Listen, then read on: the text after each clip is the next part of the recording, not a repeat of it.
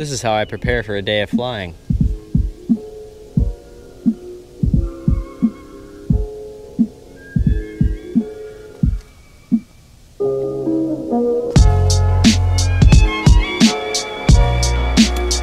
First, let me say thank you guys for watching my vlogs. I hope you're enjoying them.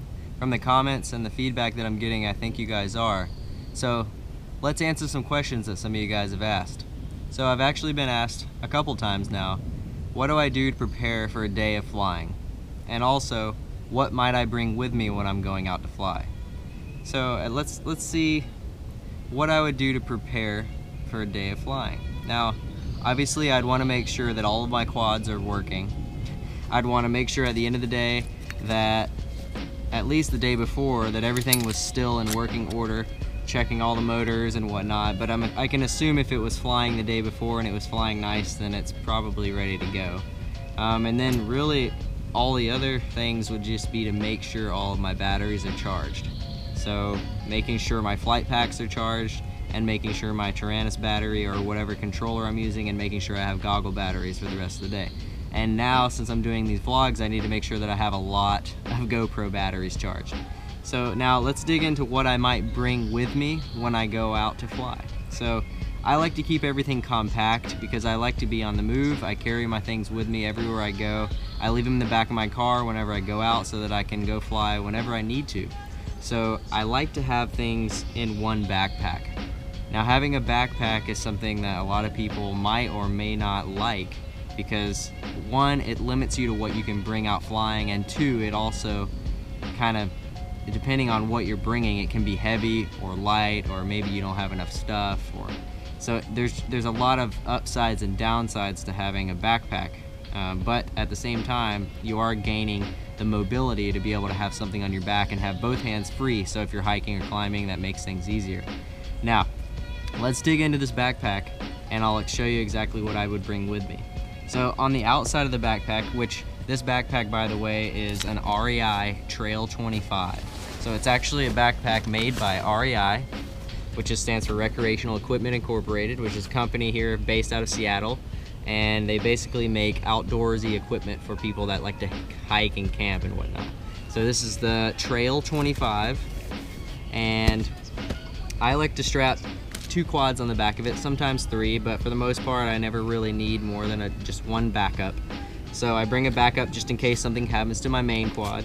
And how I strap the backup there is I just have these little elastic straps that go through the like webbing on the back here, so you can put whatever, you put a battery strap or whatever you want to have something hold on to the back so that you can put 2 quads on there. Now there's actually this little thing at the top that I'm assuming is for like a sleeping bag or some kind of pillow or something that you can strap over the arms, and it hooks into this little nice clasp over here. Now, with that being said, it's super easy to undo that, pull your quad off, set it aside, and then you can get into your backpack and start taking your items out that you want to fly. Now let's get into the backpack. So opening this guy up, I open it up, I have all my spare propellers. I put them in a bag because it makes it easier to slip into this backpack. I have counterclockwise in one bag and I have clockwise in another bag, and then I put both of those bags into one bag. Now, this bag is pretty old. I've had this bag for about 6 months now, and I just keep taping over it and fixing it. I don't know why, but I like this bag. So let's get on to the next thing.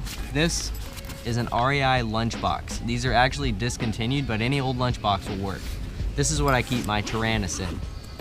So I put my Tyrannus in this lunchbox because it's about perfectly sized for it, and not only does it protect it, but it also contains it and isolates it from the world in case there's dust or dirt, or you want to get something out specific like a battery or your goggles or something like that.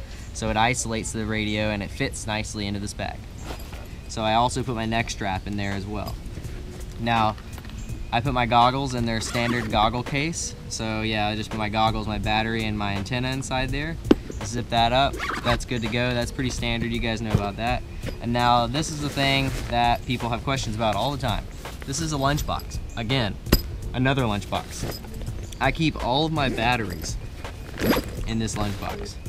As you can see, I'm running about, I usually bring between 10 and 15 1300 4S with me. Sometimes I max it out and I put about 30 in there. But other than that, I mean, that's really all that's in there. I have 1300 4S for me to fly, and I have my lithium ion packs for my goggles, or lithium polymer packs, whatever you want to bring.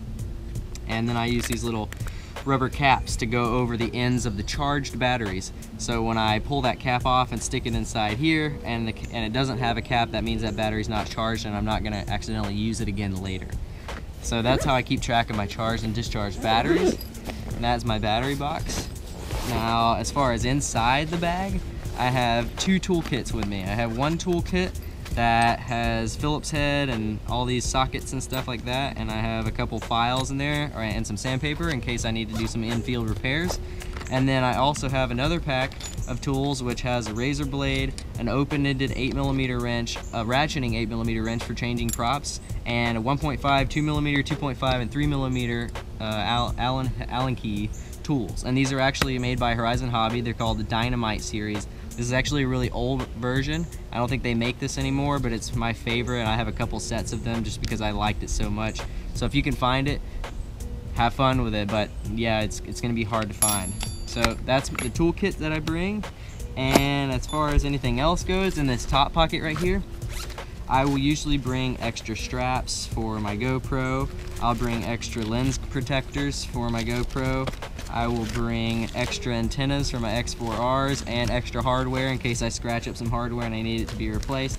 Yeah, and you'll just see that there's extra straps in there for the batteries in case something gets cut or ripped apart, and I can easily replace it. I also have a wrap strap in there. And all this stuff, most of it you can find on the Road to Riot store. On the outside of the bag, there's a little zip pocket right here. And I like to keep, I have an Aloe Clip, which if you guys don't know what an Aloe Clip is, it's kind of this little slip-on lens that goes on your iPhone. That actually makes it a macro or a fisheye lens, and I use it for a periscope, and I use it for any kind of really cool photography where I need to get super close or I want a really wide fisheye. I keep a couple GoPro accessories in there, I keep business cards in there, I keep chapstick in there, I keep scissors and a battery beeper in there, and I also keep this thing that keeps all my SD cards protected. So I keep all my SD cards, and yeah, some Velcro, maybe an extra lens, that's a 2.8 lens, and that's about it as far as that goes. Now on the side pockets, I keep a chesty for my GoPro in case I want to do any stick cams. I keep a bunch of extra GoPro batteries in the side. These are the water bottle pockets. And then I think the only other thing there is this little secret side pocket right here, and I keep USB cables in case I need to link it to a laptop to change anything in the field, which is very rare, but usually if I go out tuning, I'll bring my laptop and I'll have a few more things with me. And when I actually travel on planes, I end up slipping my laptop in this little case in the back, and then I take my tools out and I'll actually put these into my other carry-on so that I can have access to my laptop while I'm carrying it around on me, because typically I put my thing inside the little overhead storage and I don't want to go get it, and I keep this under my seat. Yep, so as far as that goes, that's really all there is to this backpack. It's super lightweight, it's super tight, and it has a rain cover even. There's a rain cover here in the bottom that you can take out, and you can cover your quads if you need to get in somewhere conspicuous, or if it starts to rain even, it'll cover your quads and keep them from getting wet. It'll also cover the backpack. So yeah, that was its original purpose, but I've kind of repurposed it to cover my quads when it starts to rain. So as far as that goes, why I like this pack, it's cheap. It's about $79, I think, maybe $69. It's lightweight, and it kind of forces you to pack light. I like to pack light, not only because it restricts you and makes you carry the littlest things, as little things as possible, so that you can go out and fly and not have to worry about 1,000 things being lost or left behind, but it also enables you to hike and get places that you wouldn't normally be able to get with all your FPV gear. So anyways, thank you guys very much for watching. If you have any questions, or if you have any suggestions of things you want to see me do, like fly in my front yard or do backflips off of things, no, I'm just kidding, you don't do that. But if you have any technical questions, you can always ask in the comments. If you haven't already, please subscribe, like, and if you want to, share this. Thank you guys very much. Have a great day.